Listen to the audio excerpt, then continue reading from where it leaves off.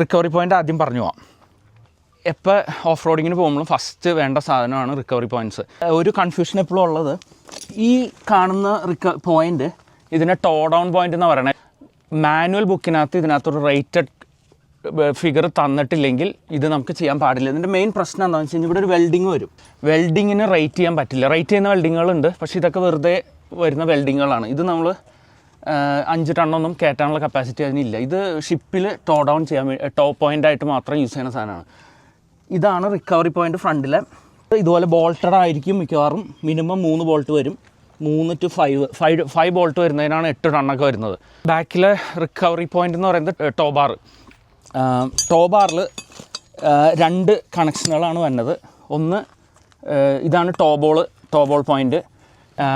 ഇതാണ് ചെയ്യാൻ പാടില്ലാത്തൊരു കാര്യം.